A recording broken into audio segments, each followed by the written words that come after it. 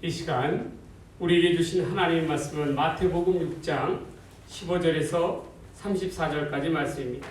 마태복음 6장 15절에서 34절까지 말씀, 신약 성경 8쪽에 나와 있습니다.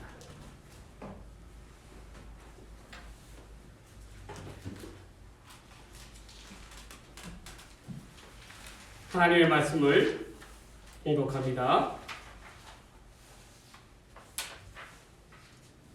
그러므로 내가 너희에게 이르노니 목숨을 위하여 무엇을 먹을까, 무엇을 마실까, 몸을 위하여 무엇을 입을까 염려하지 말라. 목숨이 음식보다 중하지 아니하며 몸이 의복보다 중하지 아니하냐. 공중의 새를 보라. 심지도 않고 거두지도 않고 창고에 모아 들이지도 아니하되 너희 하늘 아버지께서 기르시나니 너희는 이것들보다 귀하지 아니하냐. 너희 중에 누가 염려함으로 그 키를 한 자라도 더할 수 있겠느냐. 또 너희가 어찌 의복을 위하여 염려하느냐. 들의 백합화가 어떻게 자라는가 생각하여 보라. 수고도 아니하고 길쌈도 아니하느니라. 그러나 내가 너희에게 말하노니 솔로몬의 모든 영광으로도 입은 것이 이 꽃 하나만 갖지 못하였느니라. 오늘 있다가 내일 아궁이에 던져지는 들풀도 하나님이 이렇게 입히시거든 하물며 너희의 일까 보냐.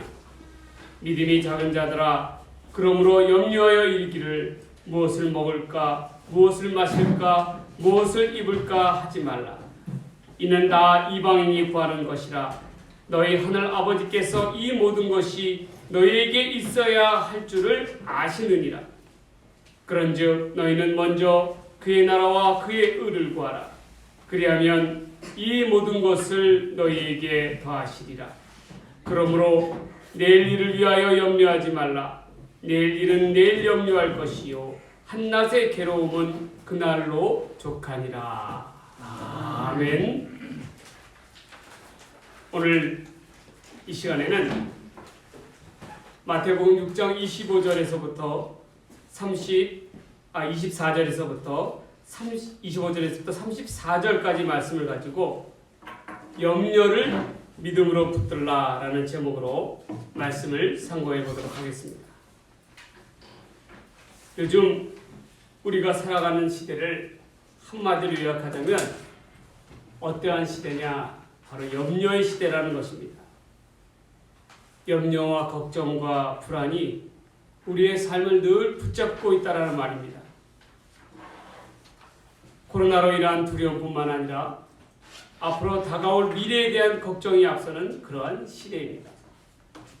우리는 이러한 염려의 시대에 있어서 어떻게 살아가야 하겠습니까? 오늘 우리가 이러한 고민 가운데서 고민만 한다고 문제가 다 해결될 것이 아니라 이러한 모든 염려와 걱정 가운데 있는 문제 해결의 키가 어디에 있냐는 것입니다.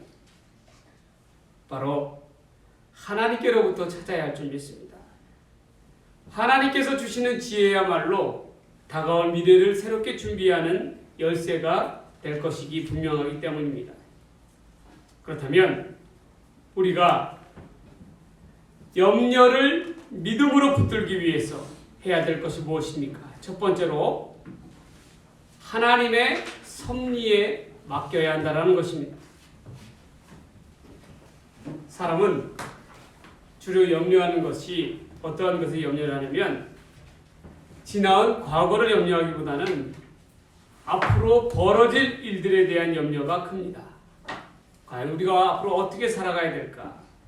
그리고 우리가 이러한 세상 가운데서 우리 교회는 어떠한 역할을 해야 할까?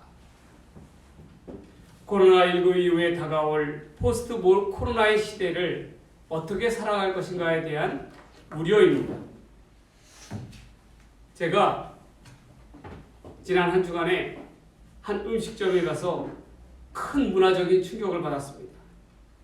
실로 우리 앞에 다가온 테크놀로지 세상, 인간과 로봇이 공존하는 그러한 세상의 문이 열린 것을 보았습니다. 몇 해 전만 해도 맥도날드 햄버거 가게나 베스킨라빈스 같은 곳에서는 사람이 아닌 화면상으로 순수 주문하고 결제하는 그러한 시스템이 도입되었습니다. 그때도 당황스럽기는 마찬가지였는데, 왜냐하면 그 시스템 기기들로 인해서 거기서 일해야 될 알바생들이 4명이 있어야 할 그러한 가게에 기계를 설치하니까 2명만 써도 충분하다는 거예요. 그런데 이번에 제가 방문한 파스타 가게에서는 그것을 뛰어넘어서 직접 바퀴가 달린 로봇이 음식을 제 자리까지 서빙을 하는 거예요. 그것도 삐요 삐요 하면서 사람이 오는 게 아니라 로봇, 바퀴 달린 로봇이 딱 그 음식을 들고 거기까지 오는 거예요.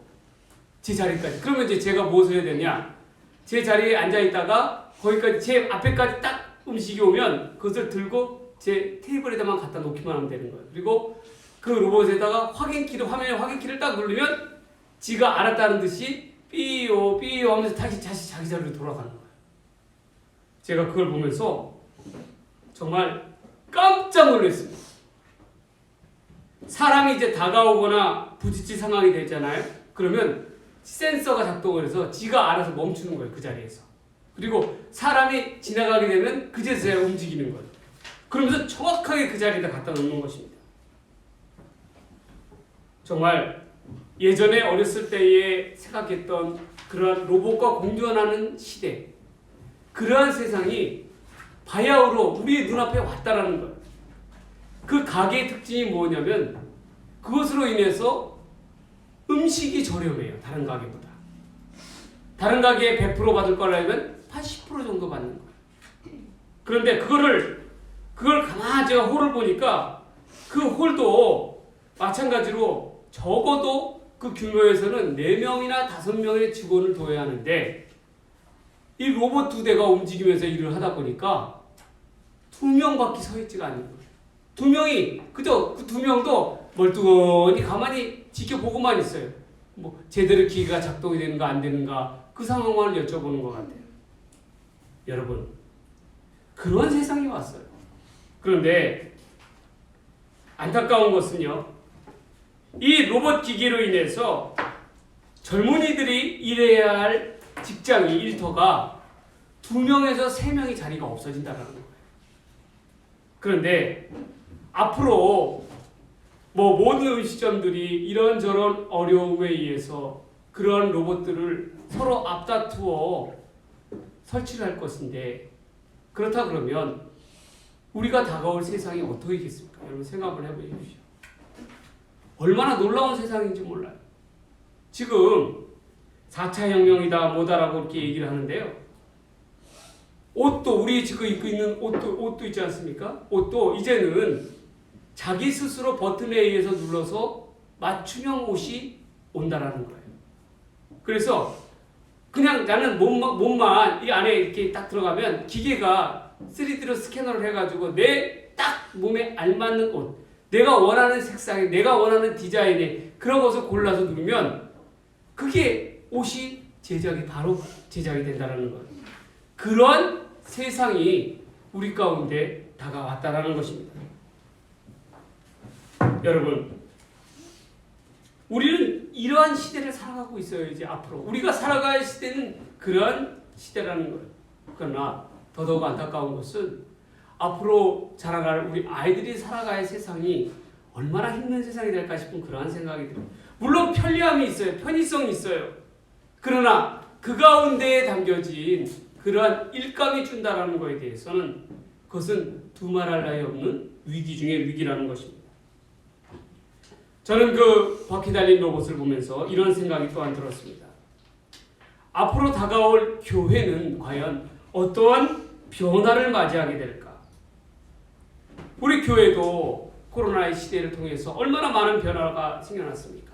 언택트 시대라고 해서 비대면 예배가 온라인상의 웹상을 통한 그러한 예배가 일반화되지 않았습니까?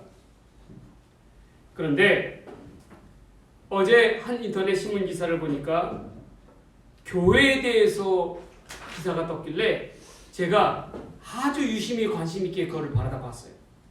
그런데 그 교회에 대한 기사의 제목이 뭔지 아십니까? 그 제목이 교회 이제는 아주 지긋지긋하다. 그 제목이에요. 왜 그런 내용이 생겼나 봤더니 코로나19를 통해서 교회를 통한 감염이, 교회 단체를 통한 감염 확산이 계속되니까 세상 사람들의 질타를 받는 거예요. 교회의 폐쇄적이고 이기적인 민낯이 그대로 여실히 드러나는 것입니다. 그러면서 하는 얘기가 대다수의 국민 70% 이상이 교회에 대해서 불신을 나타냈다라는 것입니다. 실로 교회에 대한 큰 위기가 아닐 수가 없어요.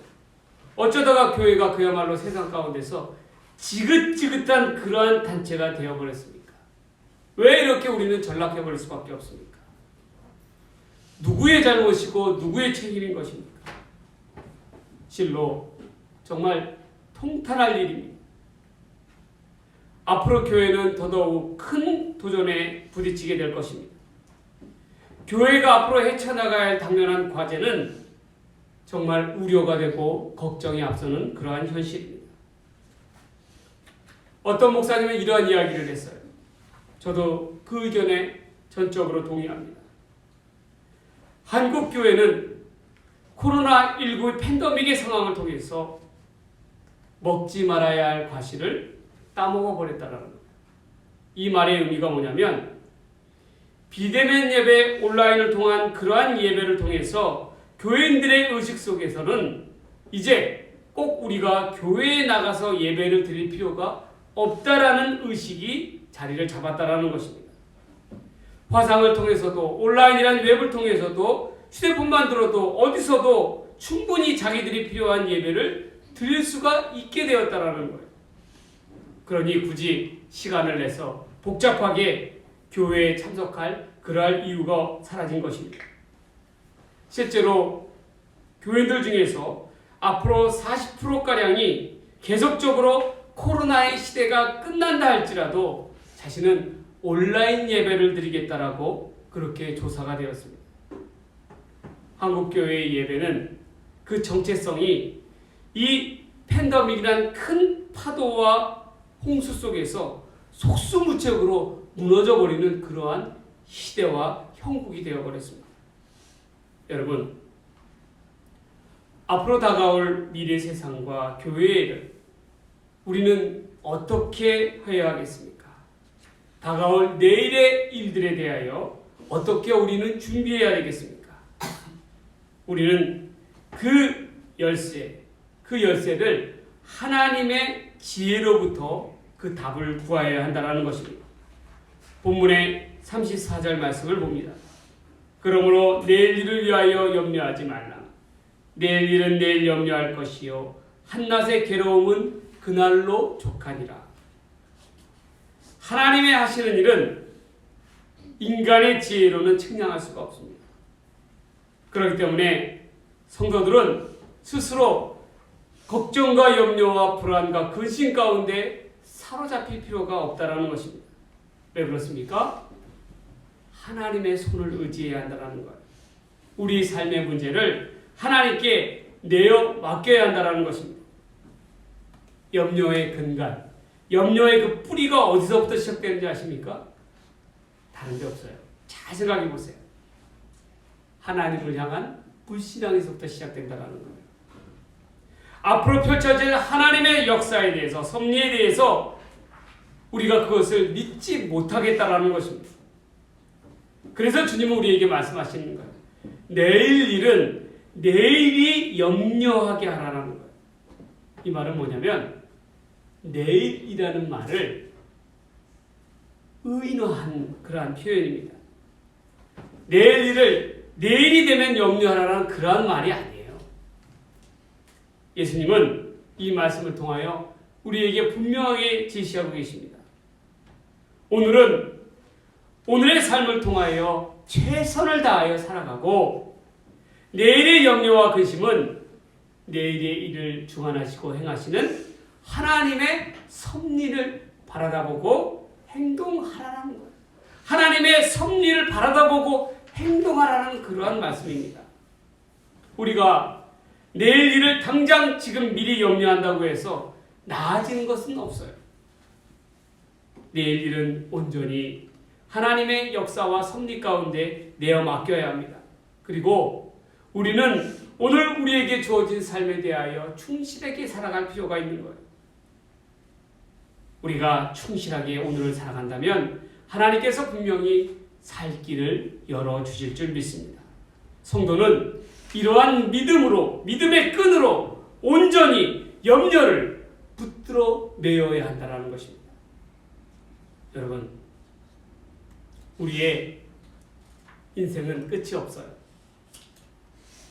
하나의 어려운 인생의 봉우리를 어렵게 넘어서서 올라서게 되면 또 다른 봉우리가 우리를 기다리고 있습니다.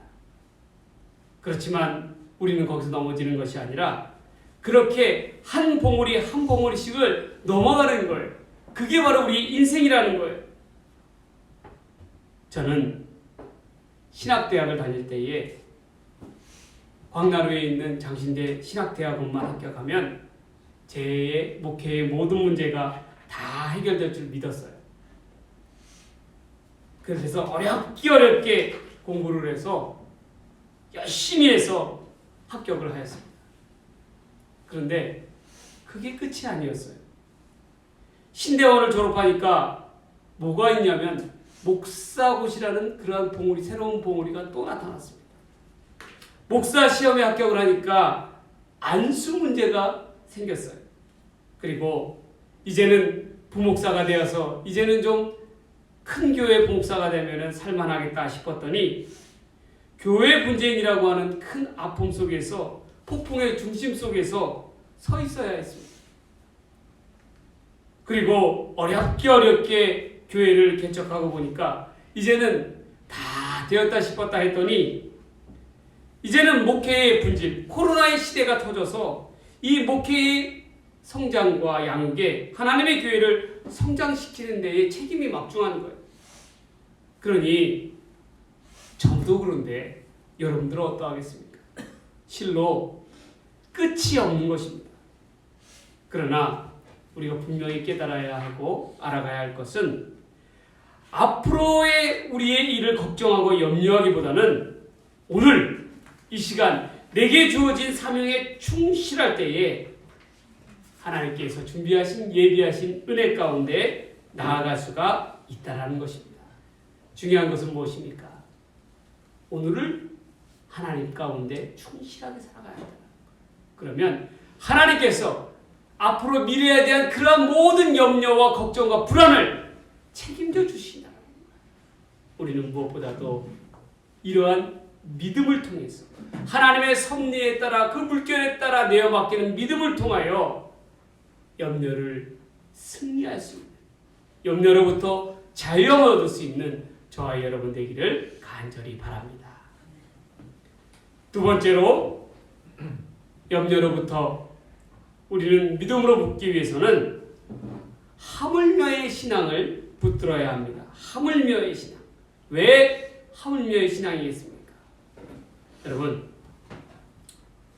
오늘 본문의 25절에 앞서서 본문 24절에는 이와 같은 말씀이 있습니다. 주님께서는 세상과 재물을, 세상과 하나님을, 세상의 재물과 하나님을 겸히 섬길 수 없다라고 말씀하셨습니다.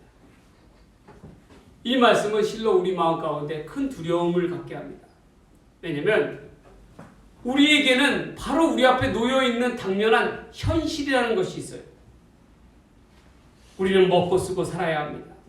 그러기 위해서는 돈, 재물이 반드시 있어야 합니다. 그런데 예수님께서는 강조하시는 것은 물질의 그 자체가 아니라 물질에 대하여 믿는 사람들의 태도에 대해서 이야기하고 계시는 것입니다. 여러분, 사람은 앞으로의 일에 대해서 염려해서 재물을 의지합니다. 어떻게 하든지 간에 이 땅에 자신을 위한 많은 재물을 쌓아놓으려고 합니다. 세상 사람들의 모든 관심은 여기에 집중되어 있어요. 자신들의 눈에 보이지 아니하는 하나님을 믿기보다는 눈에 보이는 현실적인 물질에 좌지우지된다는 것입니다. 물질이 최우선인 거예요. 돈을 버는데 혈안이 되어서 뭐든 다 하고 있지 않습니까? 때로는 비윤리적인 일도 불법적인 일도 서슴지 않고 있습니다. 왜 이렇게 되었습니까? 물질에 지배받는 삶을 살아가기 때문에 그래요. 그렇다면 하나님을 믿는 우리는 어떻게 해야 합니까? 우리 또한 자본주의 사회에서 살아가는 데 있어서 물질의 지배를 받지 않을 수가 없어요. 그러나 우리는 물질의 부족으로 인한 현실적인 어려움 앞에서 걱정하고 염려하기보다는 오늘 내게 필요한 것을 채워주시는 하나님의 은혜에 대해서 감사히 여길 줄 알아야 한다는 것입니다. 여러분, 왜 물질로 인하여 염려하십니까? 왜 걱정하십니까? 이러한 염려와 걱정의 이면에는 반드시 나의 욕심이 자리 잡고 있기 때문에 그렇습니다.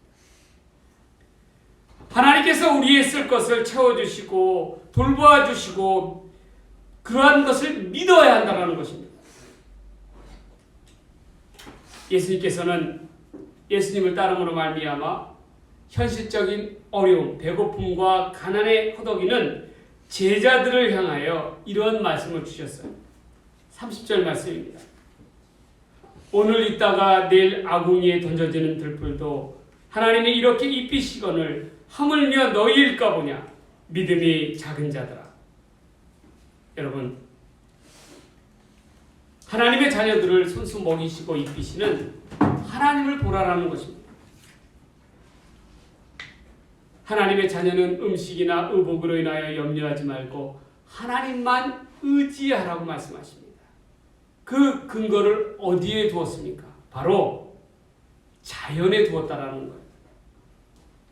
공주의 새와 들에 핀 꽃만 바라다 보아도 그것을 통해서도 하나님의 세심한 손길을 엿볼 수가 있다는 것입니다. 하물며입니다. 그분의 택하신 백성을 새나 꽃보다도 하나님이 더 중요하게 여기지 않겠느냐는 말씀입니다. 우리는 이러한 하물며의 신앙을 가져야 합니다. 우리는 누구보다도 이 세상 가운데서 하나님 앞에서 귀중하고 사랑받는 존귀한 존재들입니다. 이러한 자녀들을 입히시고 먹이시는 이가 이러한 책임이 있는 것이 바로 우리 하나님이신 거예요. 그렇기 때문에 이러한 하나님을 믿고 신뢰함으로 나아가는 것이 바로 이 하물며의 신앙이라는 것입니다. 하물며 우리가 이러한 신앙과 믿음을 붙들고 나아간다면 더 이상 우리에게 있어서 걱정이나 염려가 자리 잡을 그러한 자리가 그 어디에도 없다라는 것입니다. 여러분, 오늘 우리에게 있는 물질에 대한 염려에 대해서 하나님께 내어 맡기시기 바랍니다. 그분 앞에 무엇이 더 중요하고 무엇이 더 우선적인지 분명하게 고백하시기를 바랍니다.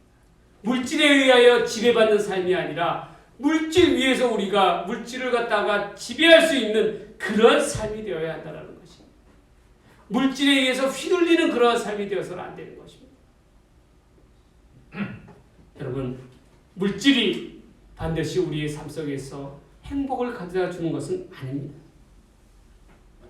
제가 여태껏 살면서 물질로 인해서 행복해져 본 적이 별로 없습니다.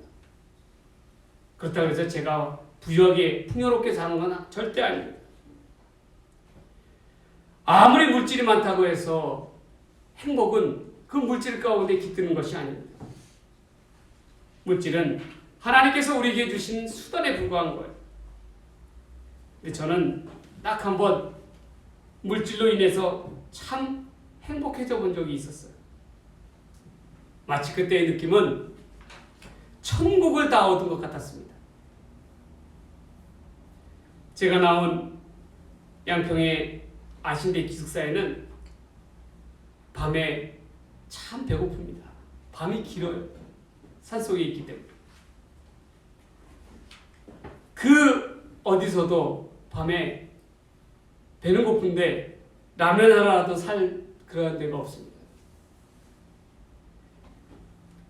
그런데도 매일같이 라면만 끓여 먹으니까 먹을 때는 좋았는데 먹고 나서 항상 속이 쓰리고 그 다음날 되면 얼굴이 부어요.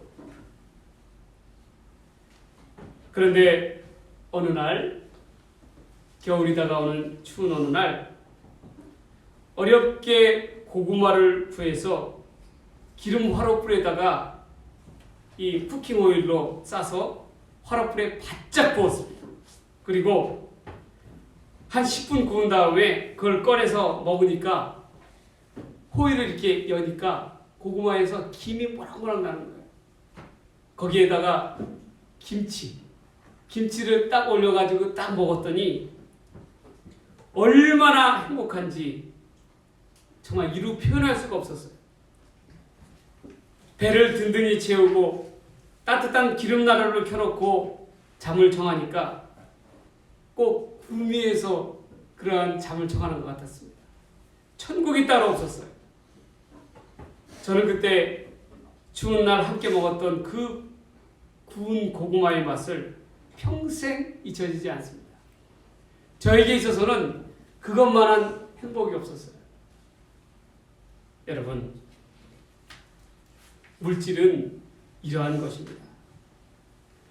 물질이 자기를 위한 탐욕의 도구로 전락하게 되면 반드시 그 물질은 불행을 가져다 주게 되어 있어요.